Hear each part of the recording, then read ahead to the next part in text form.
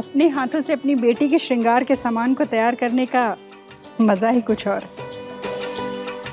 जब मैं गजरा अपने हाथों से सिया को पहनाऊंगी तो उसे कितनी खुशी होगी। माँ जी मैं आपकी कुछ मदद कर सकता हूँ? आपको पता है माँ जी, मैं बहुत अच्छे गजरे बनाना जानता हूँ। माँ जी मैं भी अपने भाई की सगाई में सब कुछ ऐसे ही अपने हाथों से करना चाहता था। अच्छा, तुम्हारा कोई भाई भी है? ये देखिए माँ जी। अरे वाह, ये तो बहुत ही सुंदर गजरा है। मैं तो बिल्कुल ऐसा ही गजरा चाहती थी। माँ जी मैंने आधे समय कुछ ऐसे ही गजरे आर्यनगर में देखे थे। क्या कहा?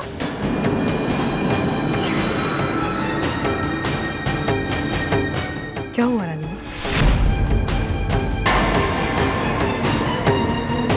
तुम जानते हो कि हमें आर्यनगर से कितनी नफरत है। उसके बाद भी तुमने हमारे सामने उस राज्य का नाम लिया। मुझे माफ कर दीजिए, मैं भूल गया था। पर मासी ये फूल, ये गजरे, ये सब तो अभी के हैं ना? मगर ये कला तो आर्यनगर की है ना। हमें आर्यनगर की हवा भी नहीं चाहिए अवधि में।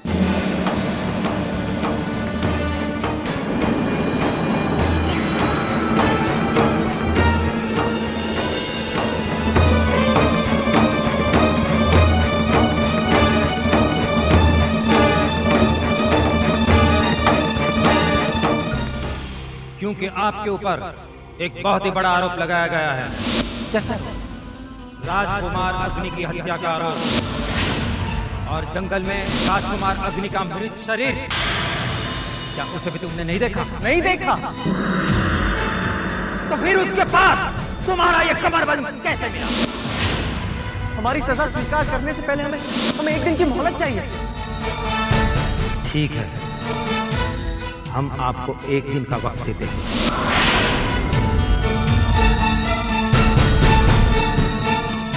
धर्म,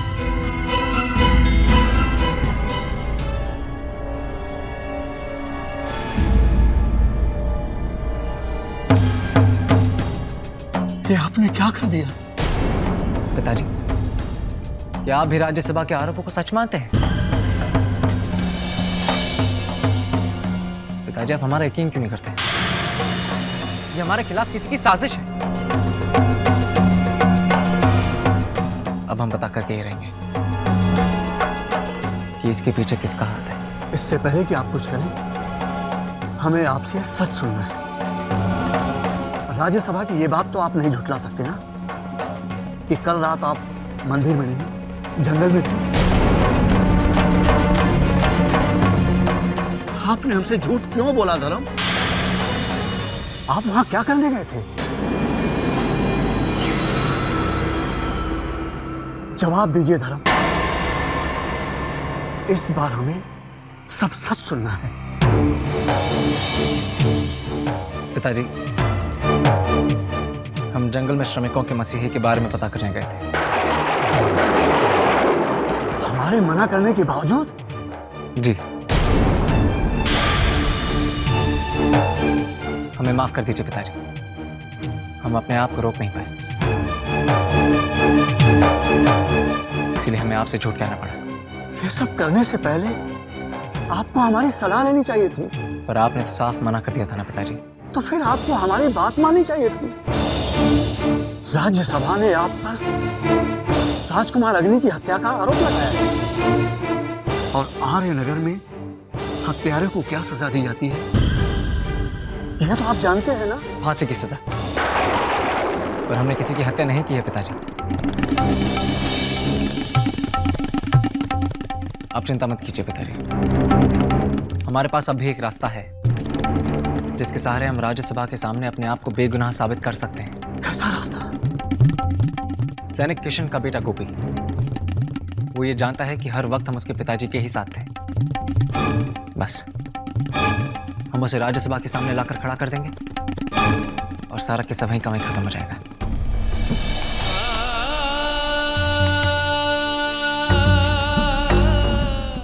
हमेशा हमारे साथ रहना है।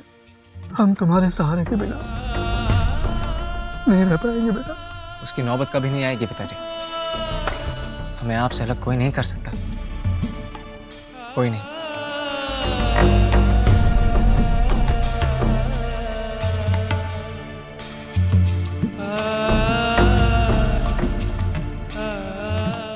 क्यों?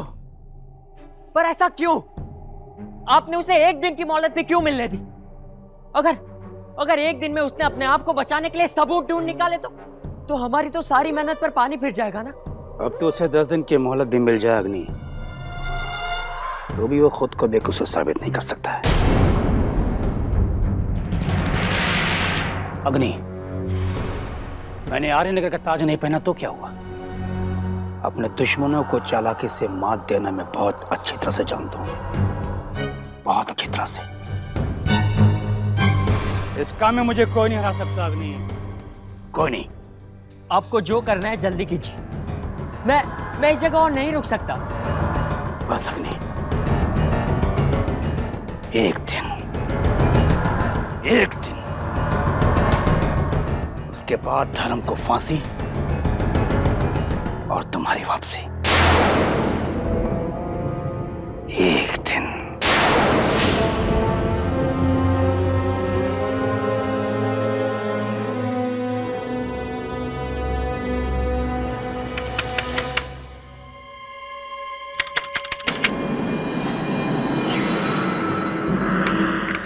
रुको, हमारी बात सुनो।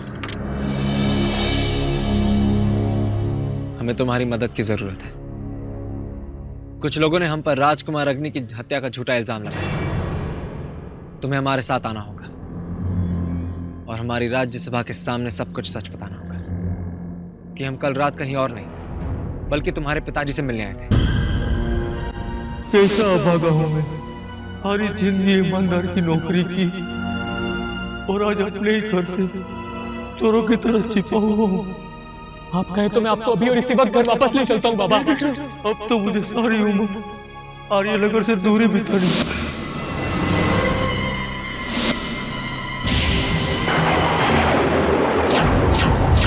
बाबा भागो, राजकुमार धर्म!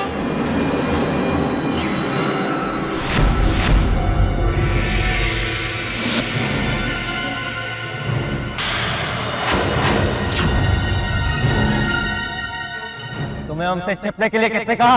राजकुमार धर्म, हमें मत मारिए, मुझे कुछ पता नहीं है। हम तुम्हारी मदद नहीं करेंगे, चाहे तुम मार डालो हमें, जैसे हमारे बाबा को मार डाला था। हमने तुम्हारे बाबा को नहीं मारा, वो कोई और था। देखो, अगर तुम आकर राज्यसभा के सामने सब कुछ सच नहीं बता देते तो वो हमें फांसी की सजा सुना देते। और ऐसा नहीं है कि हम तुमसे हमारी जान की भीख मांग रहे हैं। हमारे नगर में हमारे पिताजी के हाथों अन्याय नहीं होते हुए देख सकते। हमारे लिए ना सही, हमारे पिताजी के लिए एक बार हमारे साथ आकर राज्यसभा के सामने सब कुछ सच बता दो। तुम्हारे पिताजी के लिए सही। हम जानते हैं कि वो भी यही चाहते हैं। आगे तुम्हारी मर्जी है।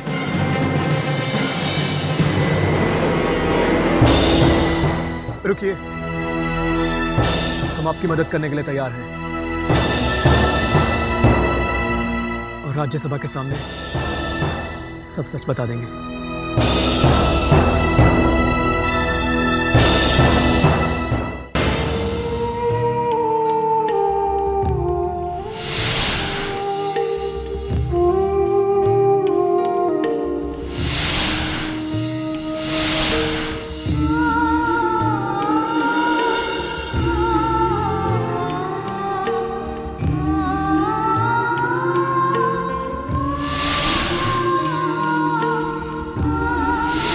आज हम बड़े गर्व के साथ कह सकते हैं कि आर्यनगर की राजगद्दी को धर्म जैसा बहादुर और कुशल उत्तराधिकारी मिल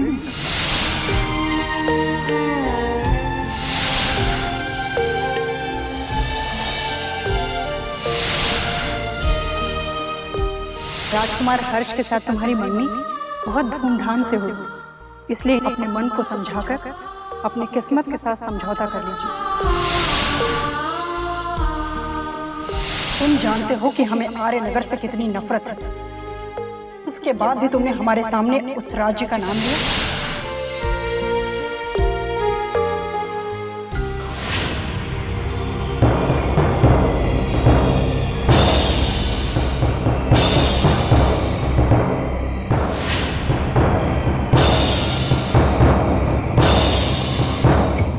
राजकुमारी सिया, क्या बात है? देखिए, हम आपके लिए एक तोहफा लाए हैं। आपको मालूम है, हमें ये पत्थर कुछ साल पहले एक साधु ने दिया था। तो फिर इसे अपने पास ही रखो। ये पत्थर अपने पास रखने के लिए नहीं, किसी को देने के लिए होता है। उसको देने के लिए जिससे आप सबसे ज्यादा प्यार करते हैं। इसलिए तो ये पत्थर हम आपको दे रहे हैं। खबरदार, आज के बाद हमसे ऐसी बात करने की हिम्मत मत करना, वरना हम तुम्हें जान से मार देंगे।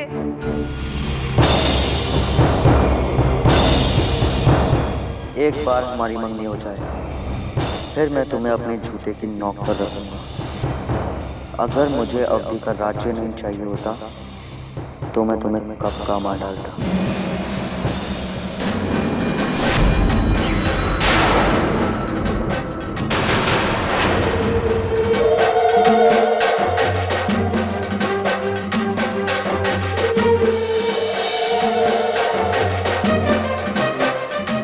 राजकुमार वीर, शेरा को रोकना नामुमकिन है। वो जिस मंजिल पर अपनी नजर डालती है उसे पाकर ही रहती है। कहाँ जा रहे हो? महाराज के पास। पर तुम हो कौन? अवधि राज्य के दरबार होकर मुझे नहीं जानते? ध्यान से देखो मुझे, मैं नंदलाल, गजानन नायक का इकलौता बेटा। नए आए हो क्या? तभी जाओ, जाकर महाराज से पूछो उन्होंने गजानन जी को बुलाया था या नहीं। और हाँ, ये भी कह देना कि गजानन जी की तबीयत खराब है, इसीलिए उनका इकलौता बेटा आया है, नंदलाल।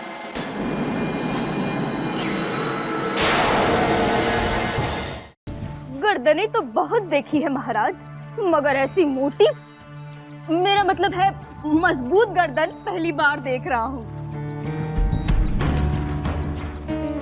तुम्हें पता है क्या? अरे हमारे मुकुट के बारे में?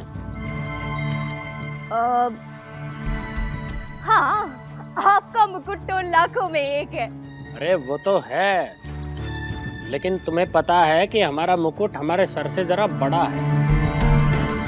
अगर बाल काटने में जरा भी ऊंच नीच हो जाती है तो वो हमारी आंखों तक आ जाएगा, फिर हमारी इज्जत मिट्टी में मिल जाएगी। लोग कहेंगे, देखो अवधि के राजा को मुंह छुपाने की जगह मिली तो कहाँ मिली हूँ।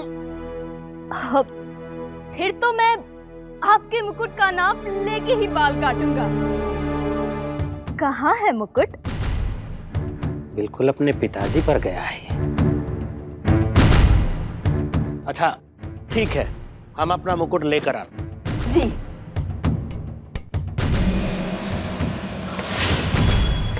लगता है शेरा को इस बार ज्यादा मेहनत नहीं करनी पड़ेगी।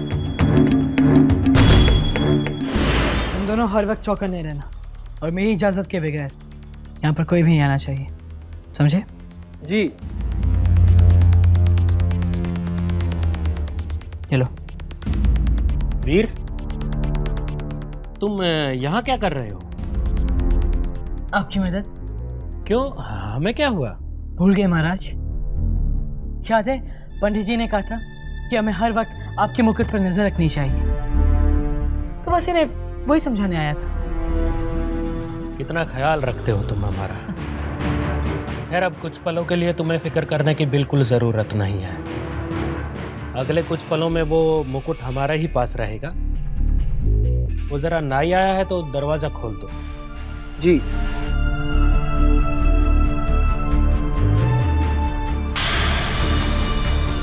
अब देखता हूँ वो बेचारा पंडित क्या करता है। मेरे होते हुए कोई इनका बाल भी बांका नहीं कर सकता। आखिर मेरे भाई की होने वाली ससुराल जो है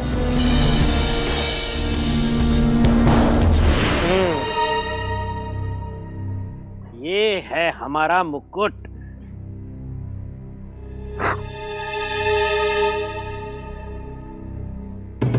वाह, क्या हुआ? वो महाराज ये अनारदाना चूरन है। इसे खाते ही मुंह में पानी आ जाता है। अच्छा, थोड़ा सा हमें भी जरा चखा दो। नहीं नहीं महाराज, ये तो गरीबों का चूरन है। आप तो अरे इसमें क्या अमीर और क्या गरीब, चूरन तो चूरन होता है, जरा दो हमें। पर महाराज वो महाराज कैसे?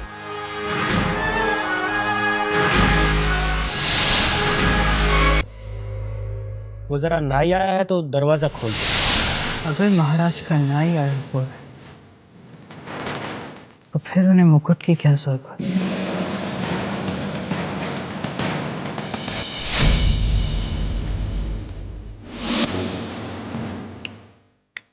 वाह मजा आ गया।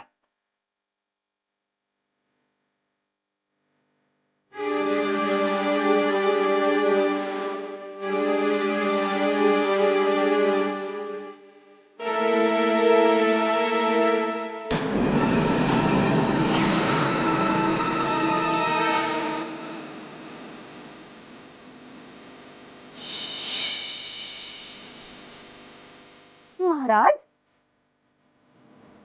महाराज,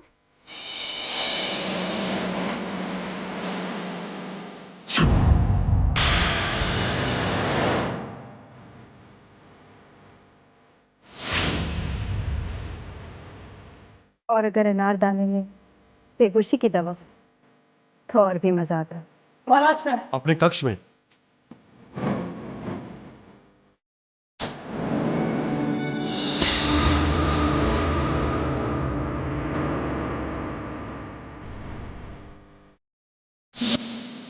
महाराज, महाराज, महाराज आप ठीक है? क्या बोल रही है?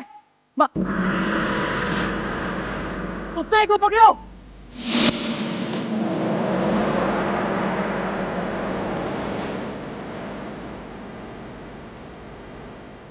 जाओ, चले जाओ, दुश्मन को ढूंढो, जाओ, जाओ। दुश्मन का कुछ पता चला? जी नहीं, हमने महल का कोना कोना छान मारा। जाओ, जाके बाकी सिपाहियों को कह दो कि महल से बाहर कोई ना जाने पाए और बाहर जाने के सारे दरवाजे बंद कर दो। जाओ।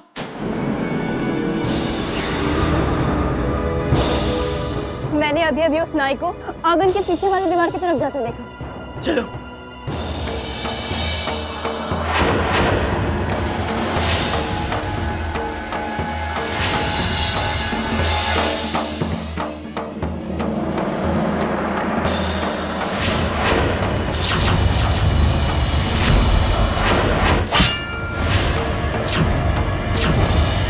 मिल क्या नहीं।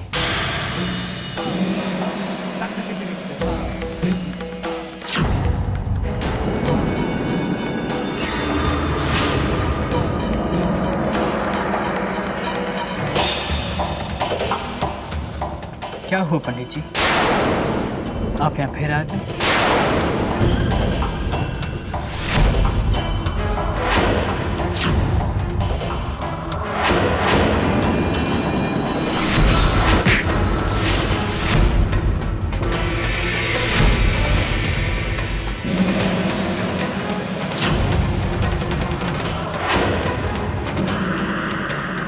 चलो अब देख लेते हैं